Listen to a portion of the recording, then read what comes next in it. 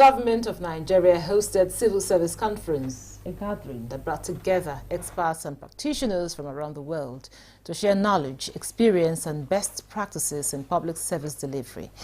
Nigeria hosted this prestigious International Civil Service Conference, providing a platform for global dialogue on innovative solutions, challenges, and opportunities in civil service.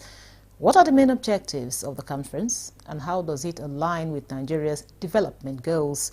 What were the key takeaways from the conference, and how does it impact on Nigerian civil servants? This and more will form part of our discussion on the program, Nigeria Today. Thanks for joining us. I'm Ikaria Clinton.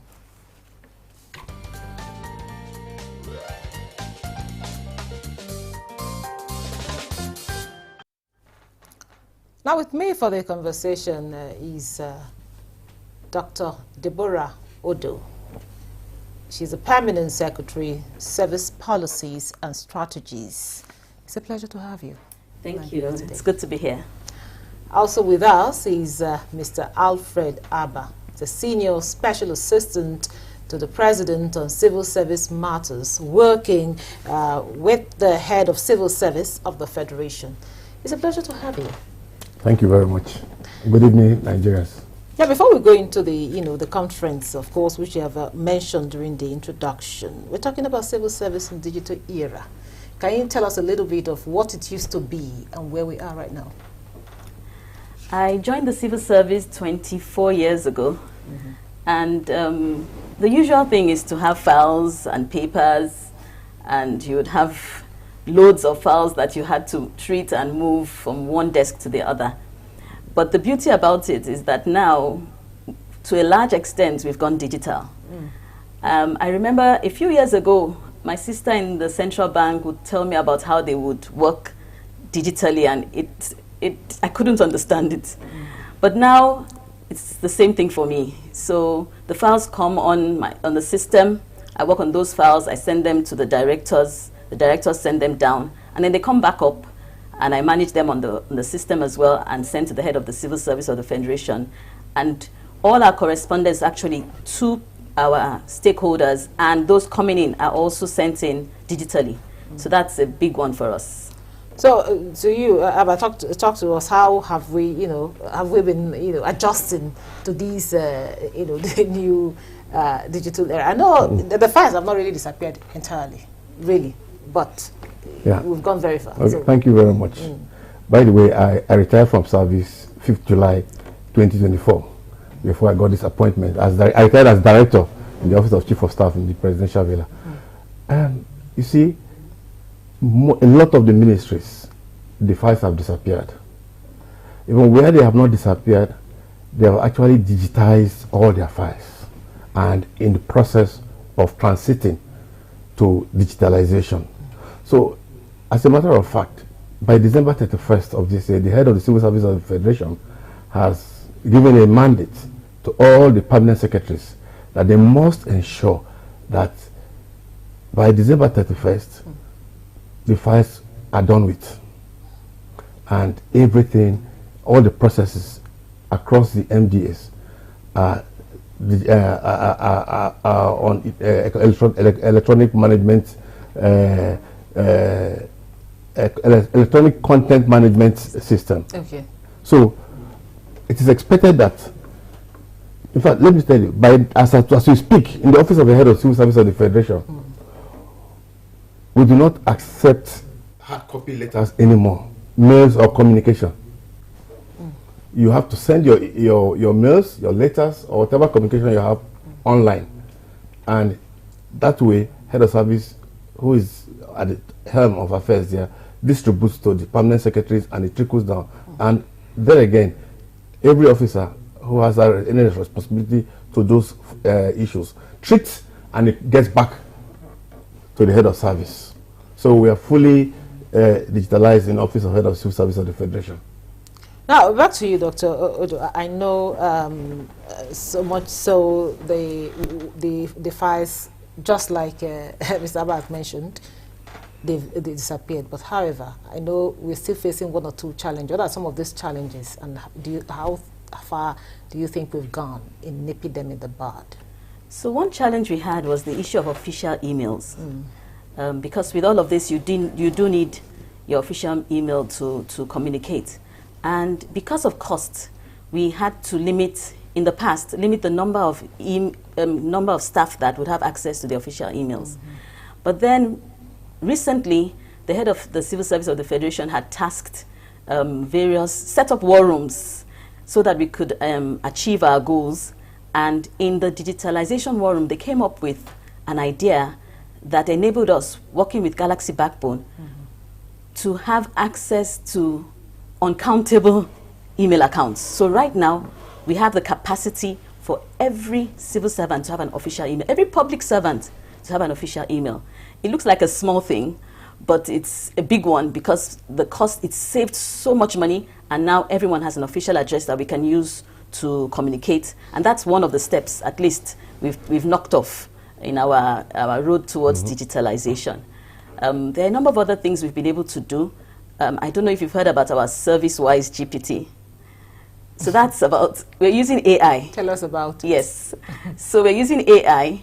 And so I had known about ChatGPT, but when this current head of the Civil Service of the Federation came on board, she brought an idea, and we decided to use AI within the service.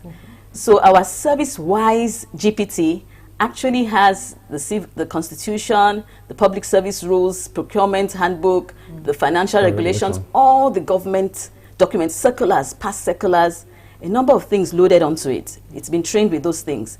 So now, as a civil servant, you have a case, a staff has been habitually late, and you want to put up the memo. All you need to do is ask Service-Wise GPT. This staff has been habitually late. What are the steps I should take? You key it in, and it tells you everything. It tells you the public service rule that you would quote. It just lays. It can even do the memo for you, actually. Oh, really? Yes. You can use it to write letters. So it saves time. Query becomes very easy. Yeah. But again, you have to prompt it with the right directives. You have to give it some prompts. Okay. And then, even if it gives you an initial draft and you are not very satisfied, an additional prompt will bring the right result. Okay. You can, even in NTA, you can use it. In fact, for the public service, like you said. Yes. Of course. So you should, it simplifies the work. My bosses are listening, really. Yeah. Can I give you a typical example of how it helps you to deliver on your work? When a meeting, sometime back, with the head of the Civil Service of the Federation, and she sent me a message. Where is the speech that somebody representing her at the function was meant to use? I just looked. I was blank because I didn't have that task initially. But on a second thought, I was thinking of what to do. But immediately I said, it came to my mind, Service-Wise GPT, and of course I gave it. First of all, I snapped the letter. Well, I had a soft copy. I put it on Service-Wise GPT. I prompted it, give me an appropriate speech for this occasion for somebody who's going to represent the head of the Civil Service of the Federation at this function. He now gave me a draft speech. It was okay. It was meant to be a goodwill message.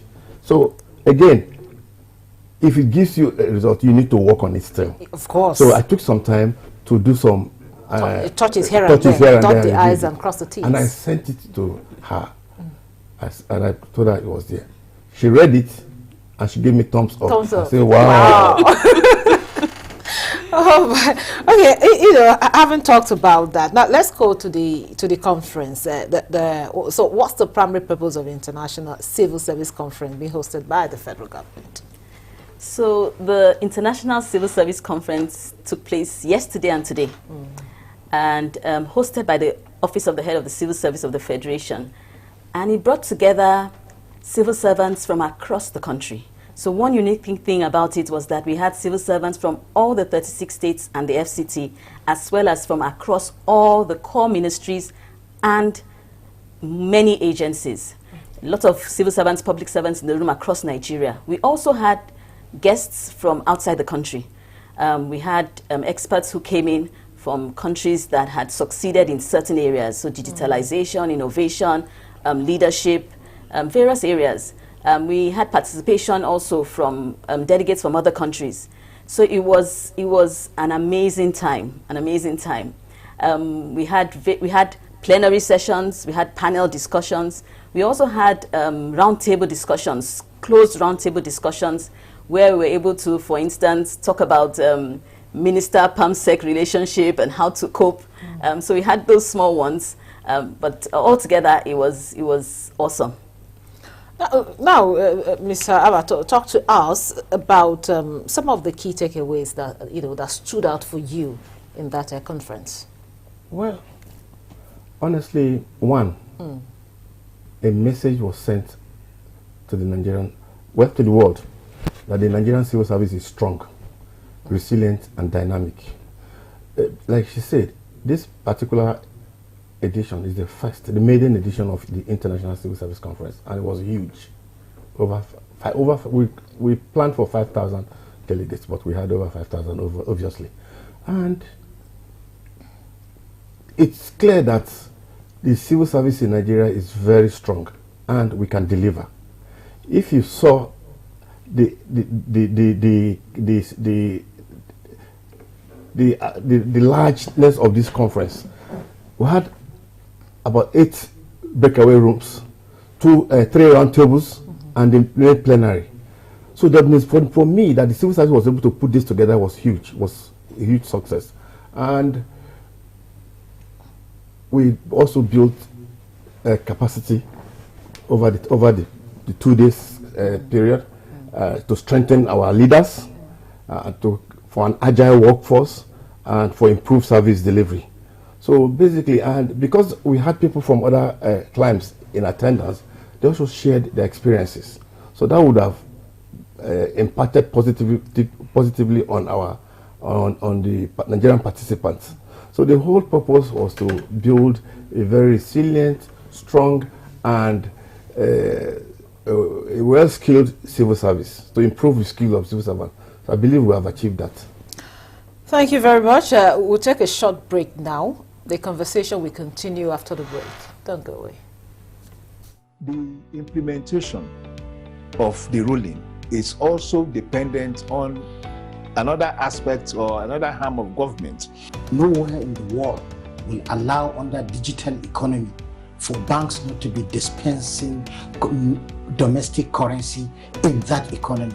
What will make this one different?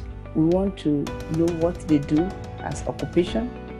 All of these are attributes that our questions have been designed to investigate. In a few days to come, you see that we are all around their own crannies and everywhere in Nigeria, telling people to cooperate. Welcome to Nigeria Today.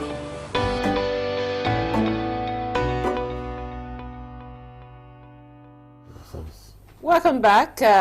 In case you're just joining us, this is still Nigeria Today, and we're talking about the civil service in digital era. And of course, I have a gentleman and a lady in the house to talk about, to have this conversation. So, Dr. Odo, of course, we've had some of the takeaways, so according to Mr. Abba, of course, that he got from that. Now, in what way is this conference expected to reposition the civil service in Nigeria? So one of the things that we talked about had to do with culture change, changing mindsets, changing work, your attitude to work, behavior. We had a session today that spoke to customer service delivery and how you had to understand that the public is your customer and each person needed to be treated politely, respectfully, and that, of course, they pay our salaries and we owe them that duty. So culture change was one thing.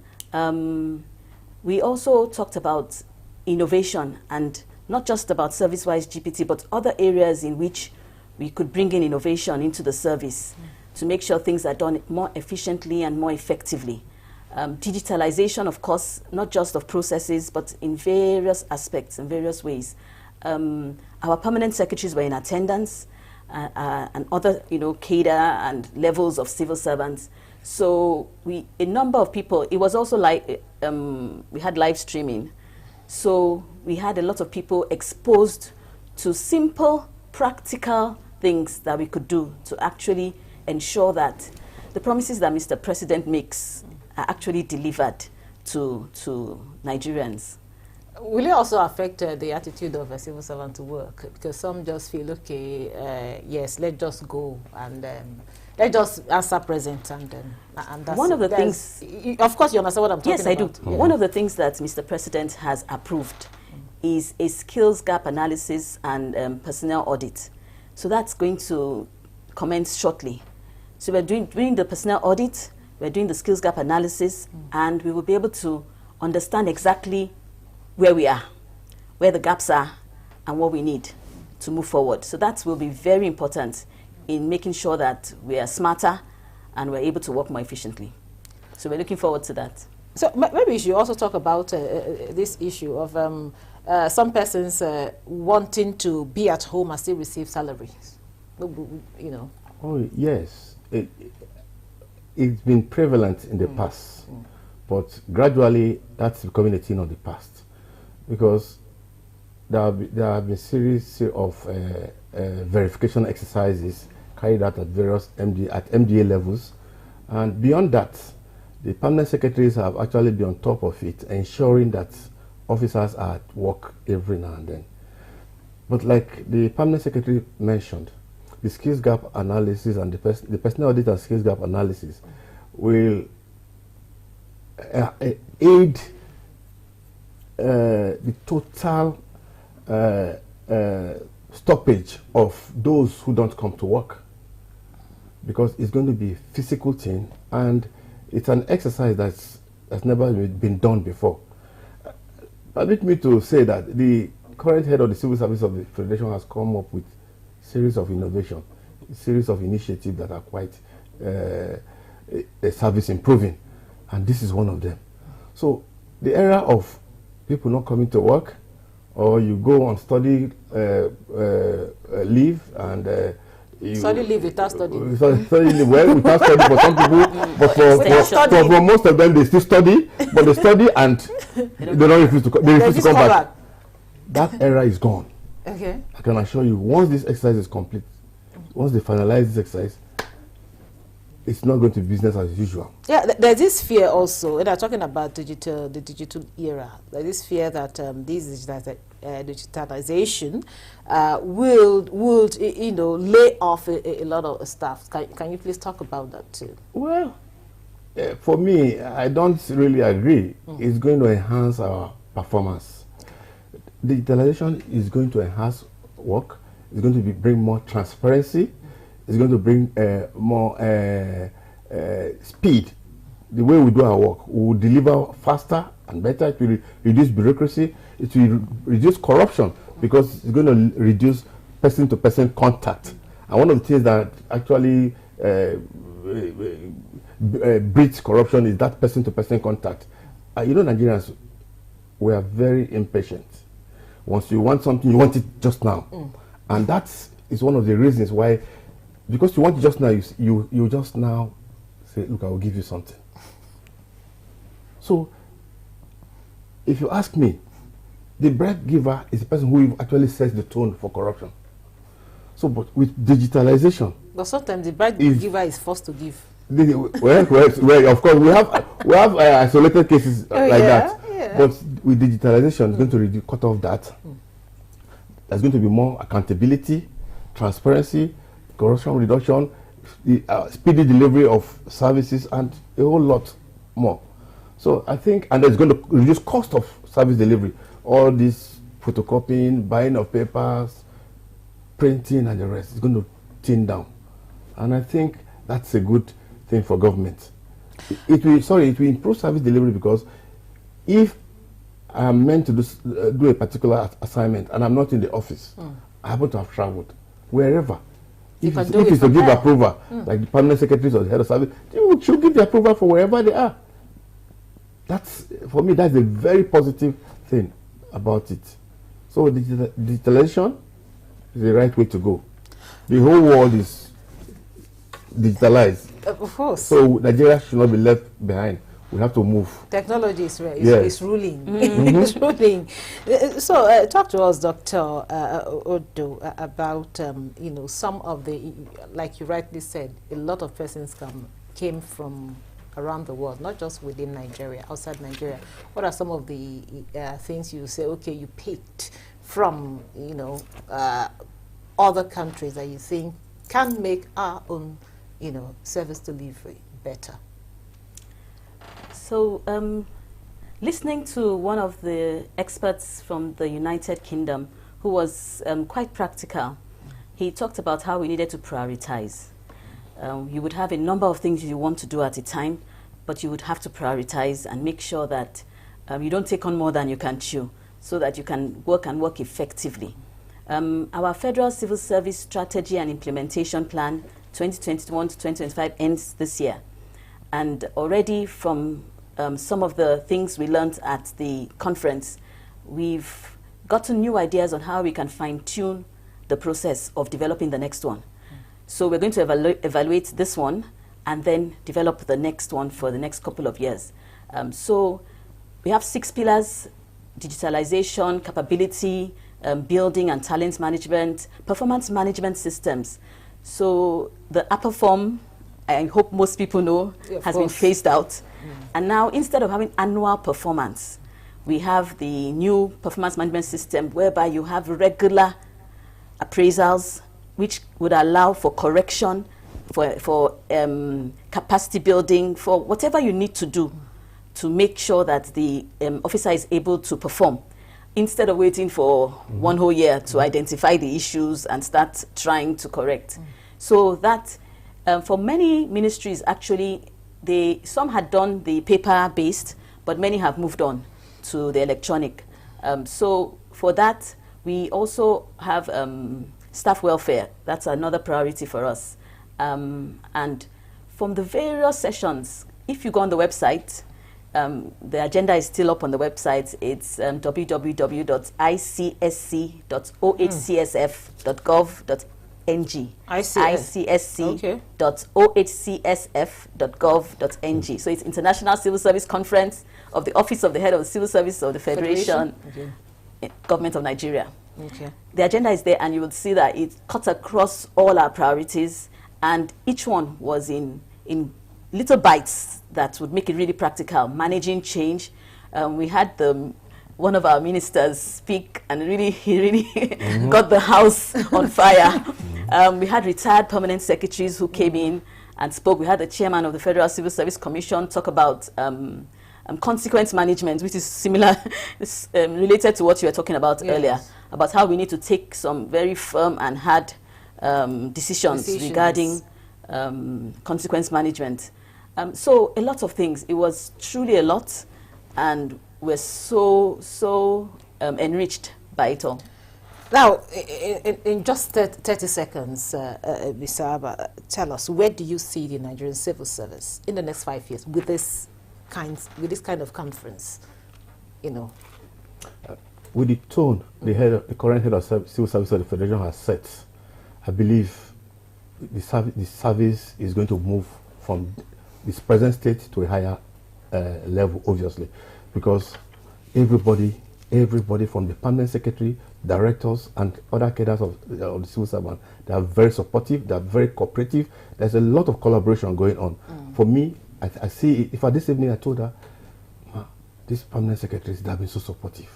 They really supported this huge project we carried out. And that's how it trickled down. So I believe that this is a tone that has been set for the service to ride higher. And we must thank His Excellency, President Bola Ahmed Tinubu. Honestly, he's been very supportive of the head of the civil service of the Federation.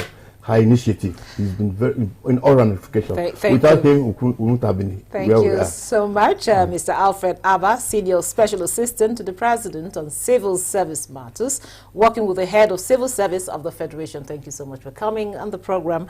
And also we had Dr. Deborah Odo, Permanent Secretary, Service Policies and Strategies, OHCSF. Thank you for coming on the program. Thank you. And thank you for being part of the program. I'm Eucharia Clinton. Goodbye.